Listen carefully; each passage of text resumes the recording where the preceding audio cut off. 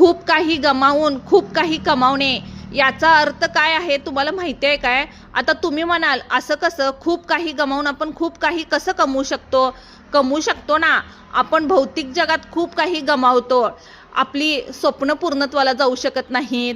आपल्याला काहीतरी घ्यायचं असतं, ते राहून जातं. आपलं काहीतरी करिअरची आपली स्वप्न असतात, ती काही नकारात्मक व्यक्तींमुळे किंवा आपल्या आपल्या चुकीच्या कर्मामुळे किंवा आपण गेल्या जन्मी केलेल्या वाईट कर्मामुळे ती राहून जातात. पण जेव्हा आपल्याला अजून ह्या गोष्टी समजत नसतात, तेव्हा आपल्याकडे जे काही असतं त्यात आपल्याला समाधान नसतं. आपल्याला आणखीन हवं असं वाटत असतं. आपल्यापेक्षा मोठ्या लोकांकडेच आपण जास्त बघत असतो आणि जे सुख आहे ते सुख वाटतच नसतं, कारण आपली आत्मिक शांतता अजून आपल्याला प्राप्त झालेली नसते. पण देवाला जर आपल्याला शांततेच्या दिशेने न्यायचं असेल तर आपल्या आयुष्यात अशा काही घटना आपला परमेश्वर घडवून आणतो की क्षणामध्ये होत्याचं नव्हतं होतं. जे आपलं असतं ते सुद्धा आपल्याला मिळायला उशीर होतो. आपली खूप मोठी मोठी स्वप्न असतात, पण ती आपल्या नशिबाने म्हणा किंवा आपल्या वेळेमुळे म्हणा ती कमी करावी लागतात. आपली स्वप्न आपल्याला आवाक्यात आणावी लागतात. पण असं घडत असताना जर आपलं मन जास्तच द्वेषाने भरत जात असेल, इतरांबद्दल द्वेष वाढतच जात असेल, हे मला का मिळालं नाही म्हणून आपल्याला जर हट्टीपणा वाढत असेल, तर समजायचं की आपल्यामध्ये कलीने प्रवेश केला आहे.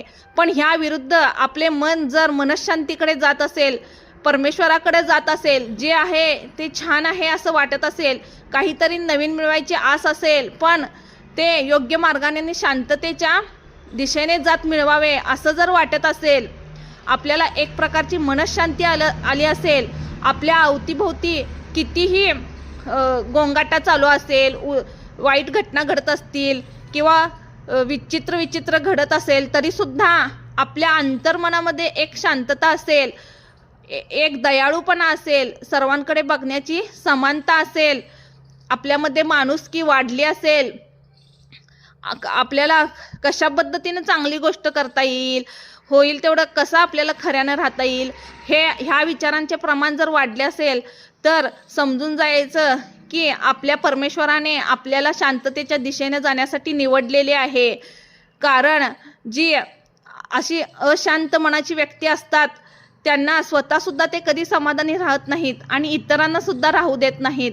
पण या उलट जे आहे जसं आहे ते घेऊन शांततेने राहण्याचा प्रयत्न करतात, त्या व्यक्तींच्या अवतीभोवती सुद्धा एक प्रकारची शांतता, समाधान येतं आणि त्यांना जे काही घडवायचं आहे त्या दिशेने ते हळूहळू